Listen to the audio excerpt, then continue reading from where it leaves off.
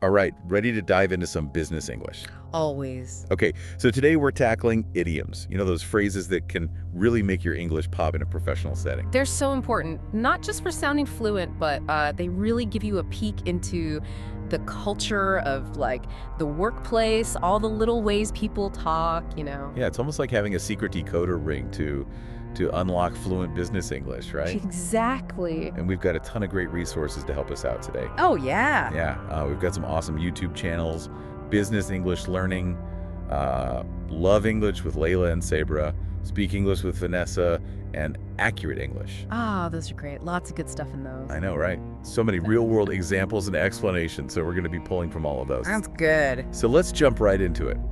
Imagine you're in a meeting, right? And someone says, okay, let's touch base next week about the project. What's going on there? Touch base. That's a classic. It just means to have a quick check-in, just to update, not to get into all the tiny little details. Yeah, not like literally touching a base. No, definitely not. More about communication. Right, yeah. Like a quick tap on the shoulder just to make sure you're both, on the same page. On the same page, another good one.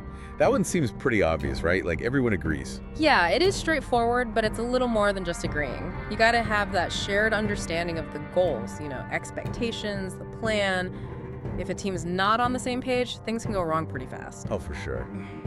Everyone thinks they know what's happening, and then boom, the project crashes and burns. Exactly, because everyone had a different idea of what success even meant. So getting on the same page is super important right at the beginning, like alignment, clarity, avoiding all those communication mishaps. Okay, so these idioms are great and all, but how do you actually use them without sounding like a robot? Well, that's where the YouTube channels come in handy. They give you that real-world context. But a good tip is to imagine yourself in different situations. Like role-playing.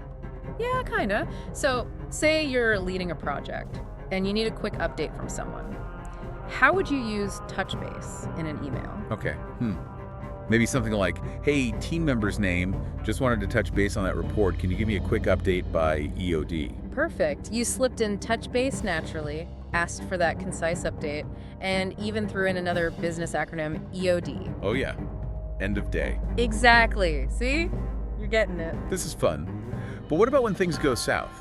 Are there idioms for those moments too? Oh, definitely. And sometimes they're the most colorful. Say your big proposal gets shot down. Your boss might say, well, it's back to the drawing board. Oof, that's got a sting. It's not you're fired, at least. True.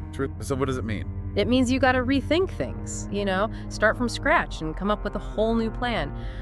Frustrating, sure, but it's a chance to learn from what went wrong and, get creative again. So it's not always a bad thing. Not necessarily. Sometimes you end up with even better ideas after going back to the drawing board. It's all about how you look at it. Okay, that makes sense. Yeah. Even in business, failure can be a step towards success. Exactly. And talking about success, another idiom you might hear when things are good is hit the nail on the head. Okay, I'm picturing someone hammering. What does that have to do with the business? It's all about being accurate, effective. Imagine you're presenting something and your colleague says, you hit the nail on the head. Oh, so they're saying you got it exactly right. Precisely. You identified the key issue or the perfect solution, like metaphorically you nailed it. It's like a high five for being insightful. Exactly. It's acknowledging that sharp thinking. I'm loving these. I'm starting to see how much nuance these idioms add to business conversations. It's not just the words, it's the meaning behind them, 100%. The more you understand those nuances, the more fluent you'll become. Okay, give me another one. What about when you're kicking off a new project and need to get the momentum going? Then it's time to get the ball rolling. Get the ball rolling. It's a way to say, let's get started. Time to take action and make some real progress. So something like, all right, team, let's get the ball rolling on this marketing campaign. Time to brainstorm and set those deadlines. Nailed it. You're using it perfectly. I'm feeling like a pro. You are. But not every business situation is all, teamwork and sunshine. Sometimes it gets a little competitive. Oh, for sure. Negotiations, right? Exactly. What about those? Well, a popular one for that is win-win situation. Okay, that one sounds pretty self-explanatory. Yeah. Everyone benefits. That's it.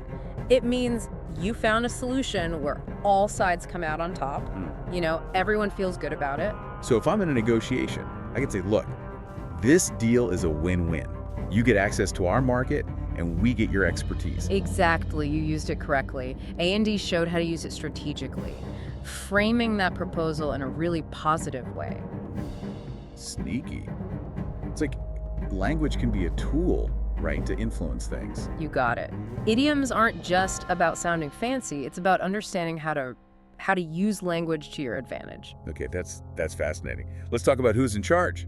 Any idioms for that, like the power dynamics? Definitely. Imagine your manager says, "You're in the driver's seat now." Ooh, I like that one. It sounds like I'm in control making the decision. That's exactly it. Being in the driver's seat means you have the authority. Steering the project to success. Exactly. But even when you're the one driving, gotta make sure everyone knows where you're going, right? Right. Back to that being on the same page thing. Exactly. And speaking of leadership, let's talk about different management styles. Oh, tell me more. Let's say you have a manager who is like constantly checking in on you, giving very specific instructions. Oh, You might say they micromanage. micromanage. Yeah, I've heard that one. Doesn't sound like a good thing. It can be a bit suffocating. It means they're like way too involved in the details, not giving their team enough space or trust. It's like having someone looking over your shoulder every second of the day. Exactly. You start to feel like they don't trust you to do your job. Yeah, not good for anyone. Yeah. This is so interesting, I never realized how much business English idioms are about those unspoken rules of the workplace. It's true. And the more you understand them, the better you can navigate it all. Okay, but what about messing up? Missing a deadline or totally dropping the ball in a project. Yes. The inevitable mistakes. Everyone makes them. Of course. Drop the ball, that one's pretty straightforward, really. Yeah, it's like you messed up, right? Pretty much. Failed to deliver, let something slip. So if I miss a deadline, I could say, ugh, dropped the ball on that one, got swamped, and totally forgot. Exactly. And honestly, owning up to your mistake is usually the best way to go in those situations. But what if you just have way too much to do, like totally overloaded? Oh, we have an idiom for that too. To have a lot on one's plate. That's a good one. Very visual. Right. This just means you're busy, too many responsibilities. So if my boss keeps adding more tasks and I'm already drowning, I could say, I'd love to, but my plate's pretty full right now. Could we maybe push that to next week? Perfect. You used it right, explained that you're swamped, and even offered a solution. I'm getting the hang of this. It's amazing how these idioms can help you communicate more effectively, even in tough spots. That's the power of idioms. And they can also help you understand what others really mean. Like if someone says, "We need to think outside the box," it means the usual ways aren't going to cut it. Okay. So think outside the box is about being creative, coming up with new solutions. Exactly. You got to break free from the traditional ways of doing things. And it's an idiom you hear all the time in business, especially in fields where being innovative is key. Okay, let's talk meetings. I feel like those have their own whole set of idioms. Oh, they definitely do. Meetings are like a mini universe of business communication with their own language. All right, so let's say we're wrapping up a meeting and someone says, okay, let's circle back on this next week. What are they really saying? Circle back. Another classic. It means to revisit the topic later, acknowledging that it needs more discussion, but without, derailing the whole meeting right now. Got it. So it's like putting a pin in it, knowing you'll come back to it later. Exactly. It keeps things moving smoothly. But what about when a meeting is just like a total waste of time? You know that feeling of, why am I even here? We've all been there. There's no one perfect idiom for that feeling, but there are some that describe unproductive meetings. One is to go down a rabbit hole. Down a rabbit hole like Alice in Wonderland. Yes. Think of a meeting where you keep getting sidetracked. The conversation goes off on tangents and you're no closer to actually deciding anything. Oh, so it means the meeting has lost focus. Precisely. It might be a sign to get back on track or just reschedule for when everyone's more focused and prepared. This is great. It's not just about the words, it's about understanding what's going on beneath the surface, Exactly. That's key to mastering business English. It's about the context, the nuances. Okay, now let's talk money. Business is all about that, right? It's a big part of it, for sure. And finance has a whole bunch of interesting idioms, too, like to be in the red. No, that doesn't sound good. It's not great. It means you're in debt, losing money. The opposite of being, like, in the black, right? Exactly. In the black is good, financially stable. So, like, if a company's spending more than it's making, you could say they're in the red. They need to cut costs or boost sales. fast. Perfect example. It's a very clear way to describe a tough financial situation. I'm noticing a lot of these idioms use metaphors. It's like they're painting a picture to explain these complex ideas. Oh, absolutely. Metaphors are huge in business English, especially when you're talking about abstract stuff like finance and strategy. Okay, let's try another one. What about when someone's doing really well financially? Then you might say they're raking it in. Raking it in like they're scooping up piles of cash. Exactly. A really vivid image for someone making a lot of money, or a company with big profits. So if a company's new product is selling like crazy, I could say, they're raking it in. That new gadget is flying off the shelf. Wow, you even threw in another idiom there. Flying off the shelves to describe those high sales. I'm on a roll. You are! Business English idioms are like a secret code. Once you crack it, it unlocks a whole new level of fluency and understanding. Okay, I gotta ask, what about feedback? Giving it, receiving it? It can be a bit tricky sometimes. Oh, for sure. And idioms can really help you navigate those conversations smoothly. Okay, give me some examples. I'm always looking for ways to make feedback less, well, awkward. Well, one that comes up a lot is to sugarcoat. Sugarcoat, like Oh. making something sound sweeter than it is. Exactly. Imagine you have to give someone tough feedback. Instead of being blunt, you might try to soften it a bit. Like instead of saying, that presentation was boring, I could say, hey, your presentation had some good points, but maybe it could be more engaging with some visuals. Perfect. You focused on the areas for improvement and offered a solution, all without being too harsh. That's a good strategy. But what about when I'm the one getting feedback? Ah, yes. Receiving feedback gracefully is important too. An idiom that can help is to take something on board. Okay, take something on board. What does that mean? It means you're really listening to the feedback, processing it, even if it's not what you wanted to hear. It shows you're open to learning. So I could say something like, thanks for the feedback. I'll take it on board and make those changes. Exactly. It shows you're receptive and willing to learn from your mistakes. I like that. It's about growth. Right, absolutely. And speaking of raising the bar, another idiom you might hear is, well, to raise the bar. Okay, so that one's pretty literal, right? Setting higher standards. Pretty much. It means to increase those expectations, push for continuous improvement. So if a company is doing well but wants to do even better, they might raise the bar by setting tougher goals. Exactly. It's all about challenging yourself and your team to reach that next level.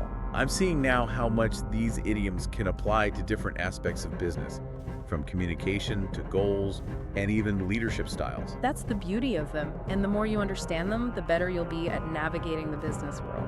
I'm feeling so much more confident already. But, we can't work all the time. Everyone needs a break sometimes. Oh, for sure. Burnout is real. And we have idioms for those moments too. Okay, good. I'm always looking for ways to express that I need a vacation. Well, a common one is to take a breather. Take a breather. That's like taking a break, right? A step back from all the stress. Exactly. A chance to relax, clear your head, and come back refreshed. So I could say, whoa, I need to take a breather before tackling this project. My brain is fried. Perfect. You're recognizing your limits and taking steps to prevent burnout. Smart move. Sometimes stepping back is the best way to move forward, right? 100%. And speaking of focus, another idiom related to work-life balance is to switch off. Switch off.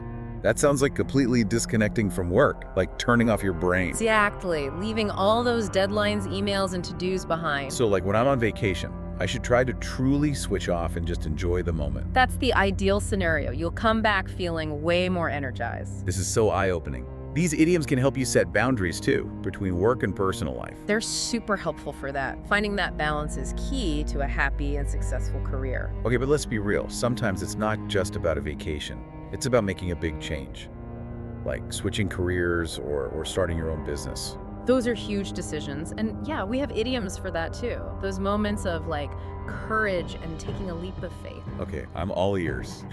I love hearing about people who just go for it. Well, a common one is to take the plunge. Take the plunge.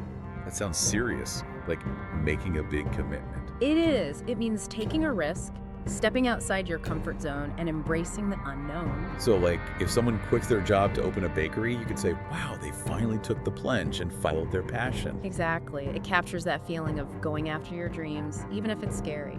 I love that. It's about having the courage to go for it. Yeah. But there are also those times when things go wrong. right? Oh, absolutely. Not every risk pays off, and Yeah. sometimes projects just fail. That's the reality, isn't it? It is, and it's important to have the resilience to get back up after those setbacks. And yeah, we have idioms for those moments too. Bring on the failure idioms. All right, well, one that comes to mind is to go down in flames. Go down in flames. Wow, that sounds intense, like a total disaster. It can be pretty dramatic. It means to fail spectacularly. So if a company launches a product that flops big time, you could say their new product went down in flames. It was a major setback. Perfect example. It really captures the magnitude of the failure. But even in failure, there are lessons, right? Absolutely. And there's an idiom for that too. To learn a hard lesson. Learn a hard lesson. It sounds like gaining wisdom, even if it's through a tough experience. Exactly. It means you're learning something valuable, even if it's not in the way you hoped. So someone might say, well, that business venture didn't work out, but I learned a hard lesson about market research. That's a great example. Even failures can teach you important things, helping you grow. This is so insightful.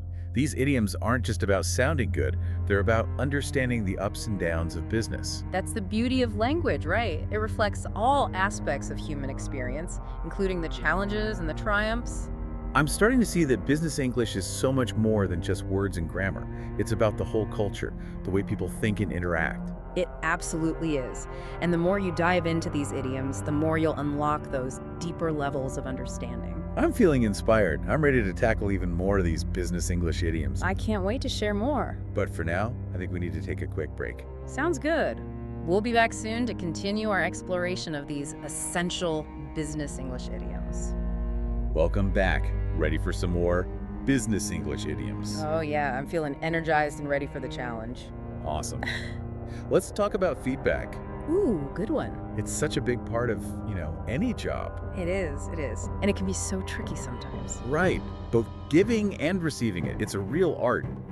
And thankfully, we have idioms to help. Okay, let's hear them. I'm always looking for ways to make those feedback conversations go smoother. Well, have you ever heard of sugarcoating? Sugarcoat. I feel like I have, but remind me what it means. It's like, making something sound better than it actually is, like trying to cushion the blow of criticism. So instead of saying, hey, that report was awful, I could say, the report had some interesting points, but maybe we could work on the clarity a bit. Exactly. You're focusing on the positive and suggesting improvements, all without being too harsh. It's all about the delivery, right? Exactly. But what about when you're on the receiving end? How do you handle feedback gracefully, even if it's tough to hear? Oh, that's a good one. I struggle with that sometimes, honestly. Well, there's an idiom for that too. Yeah. To take something on board. Take something on board. Okay, break that down for me. It basically means you're acknowledging the feedback, even if it's not what you wanted to hear. You're processing it, internalizing it. It shows you're open to learning and growing. So I could say something like, thanks for the feedback, I'll definitely take it on board and make those changes. Perfect. You're showing that you're receptive and willing to improve. I like that. It's a much better response than getting defensive. Yeah, right? absolutely. And speaking of improvement, have you ever heard of raising the bar? Oh yeah, raise the bar. That one's pretty self-explanatory, right? Like setting higher standards. Exactly. It's about pushing for continuous improvement, both for yourself and your team. So like, if a company wants to reach the next level of success, they might raise the bar by setting more ambitious goals. Right, precisely. It's about challenging yourself to do even better, even when things are already going well. I'm really starting to see how these idioms can be applied to so many different areas of business. It's fascinating. It is. And the more you learn, the more fluent and confident you'll become in any business situation. Okay, but let's be real. Sometimes we just need a break from all the hustle, right? Oh, absolutely. Work-life balance is so important. And guess what? There are idioms for that too. All right, hit me with those time-off idioms. I'm always looking for new ways to tell my boss I need a vacation. Well, how about to take a breather? Take a breather, okay. So it's like taking a break, stepping away from work for a bit. Exactly. A chance to relax, recharge, and come back feeling refreshed. So I could say to my boss, I'm feeling a little burnt out. I think I need to take a breather before I can really tackle that new project. Perfect. You're being honest about how you're feeling and prioritizing your well-being. Sometimes you have to step back to move forward, right? Exactly. And here's another one that's all about disconnecting from work. To switch off. Switch off, okay. So is that like turning off your phone, closing your laptop, and completely forgetting about work? You got it. It means mentally detaching from work. No more checking emails, thinking about deadlines or stressing over to-do lists. So like when I'm on vacation, I should try to really switch off and just be present in the moment. Exactly. It's the best way to truly relax and return to work feeling rejuvenated. This is so helpful. These idioms aren't just about sounding more professional. They're about expressing your needs and setting boundaries. They really are. It's all about finding that balance between work and life, you know? I'm starting to realize that these idioms are like little keys to unlocking a whole new level of understanding in the business world. But what about those moments when it's not just about taking a break, but making a huge life change, like switching careers, starting a business, those big leaps? Yeah, I love those moments. So much courage and excitement. And yeah, there are definitely idioms that capture that energy. Okay, lay them on me. I love hearing stories about people who just go for it, you know? Yeah. Those take the leap kind of people. Well, have you ever heard the phrase to take the plunge? Take the plunge. Ooh. Yeah, that sounds like a big decision. It is. It's about taking a risk, stepping outside your comfort zone and embracing the unknown, like really going for it. So if someone quits their corporate job to open a restaurant, you could say, wow, they finally took the plunge and are following their culinary dream. Exactly. It captures that sense of bravery and excitement. It's like jumping into the deep end, right? Yeah. But sometimes those risks don't pay off. True. Not every venture is a success story. Sometimes projects fail and businesses go under. It's part of the journey. It's tough, but it's reality.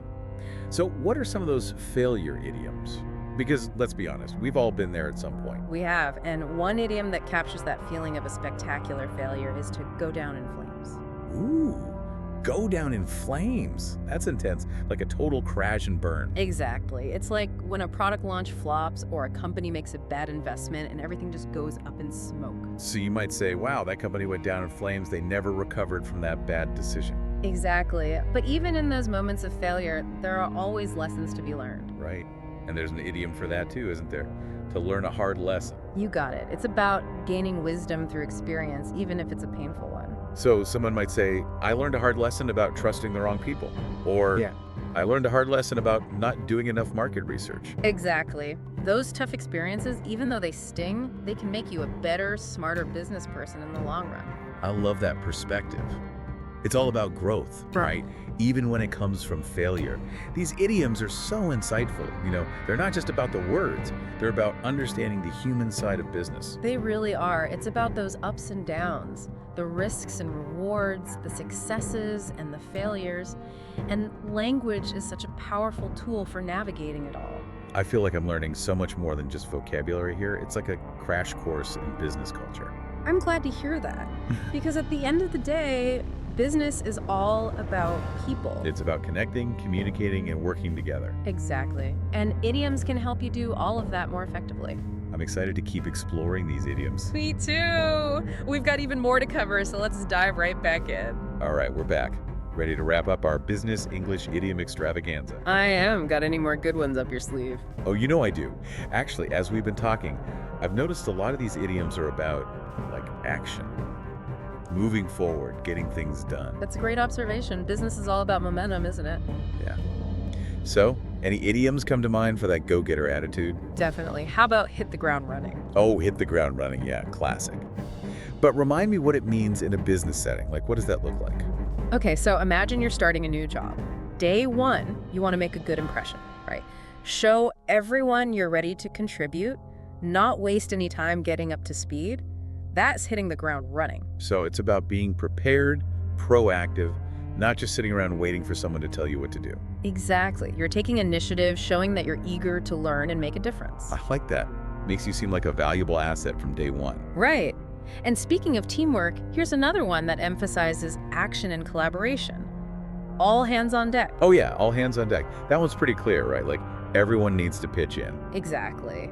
It's usually used when there's a big challenge, a tight deadline, maybe even a crisis situation, something that requires a full team effort. So like, if a company's launching a new product, the CEO might say, all right, we need all hands on deck to make this a success. Perfect example. It creates that sense of urgency, Right. Like everyone needs to contribute their best to make this happen. It's like a rallying cry, right? Exactly. But, not every situation calls for like rushing in head first. Sometimes you need to be more strategic, plan things out carefully. That makes sense. So what are some idioms for those times when you need to slow down and think things through? Well, a good one is to weigh your options. Weigh your options. Yeah. Okay, so like considering all the possibilities before making a decision. Exactly. You're looking at the pros and cons, assessing the risks, really thinking it through before you commit to a course of action. So if a company's thinking about expanding into a new market, they might weigh their options by doing a lot of research, analyzing the competition. Exactly. It shows they're being thorough, making sure they understand all the angles before making a big move. It's about being smart, not impulsive. Exactly. And along those lines, another idiom that's important for success is to have a long-term vision. Ooh, okay, long-term vision. So that's about thinking about the future, right? Not just what's happening right now. Precisely. It's about having a clear idea of where you want to be down the line and creating a plan to get there. So like a successful entrepreneur might say, my long-term vision is to build a company that really gives back to the community. Perfect. It shows they're not just focused on making a quick buck.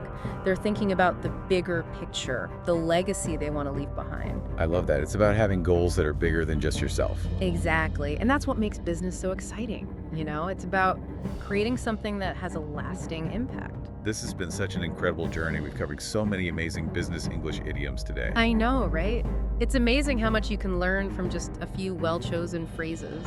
It's like each idiom is a little window into the culture, the mindset, the whole world of business. And I hope our listeners are feeling inspired to start using these idioms in their own conversations. Me too. Because the more you use them, the more natural they'll become. And before you know it, you'll be speaking fluent business English like a pro. Exactly. So to everyone out there, keep practicing, keep learning, and keep those aha moments coming. And we'll see you on our next deep dive.